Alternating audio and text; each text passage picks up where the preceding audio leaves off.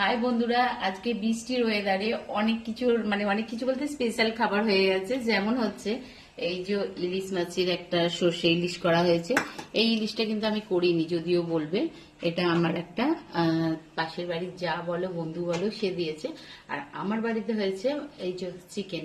ঠিক আছে, এইটা হচ্ছে আমার বাড়ির রান্না, এটা আমি করেছি।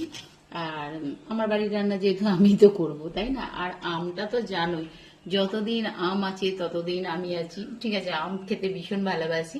আর লেবুটা তো আছে। পেঁয়াজ একটু কাটলে ভালো হতো, কিন্তু কাটা হয়নি। তো যাই হোক, এই হচ্ছে আজকের আমার মেনু।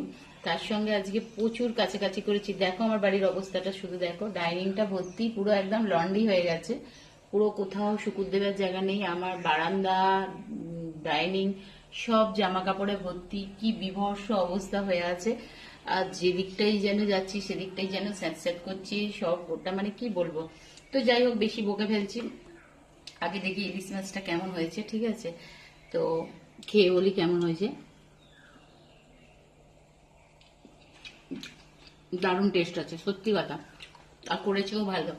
ঠিক আছে, আমার তো এমনি ইলিশ মাছ ভালোই লাগে। কদিন দেখেছো ইলিশ মাছ রোজ খেয়েছি, আজ আবার খাওয়া হচ্ছে। আমি আর মাংস নেবই না, মাছ দিয়েই আমার খাওয়া হয়ে যাবে। এই হচ্ছে আজকের আমার মেনু।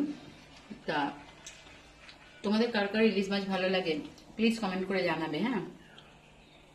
আর সত্যি মাছটা খুব টেস্ট আছে গো।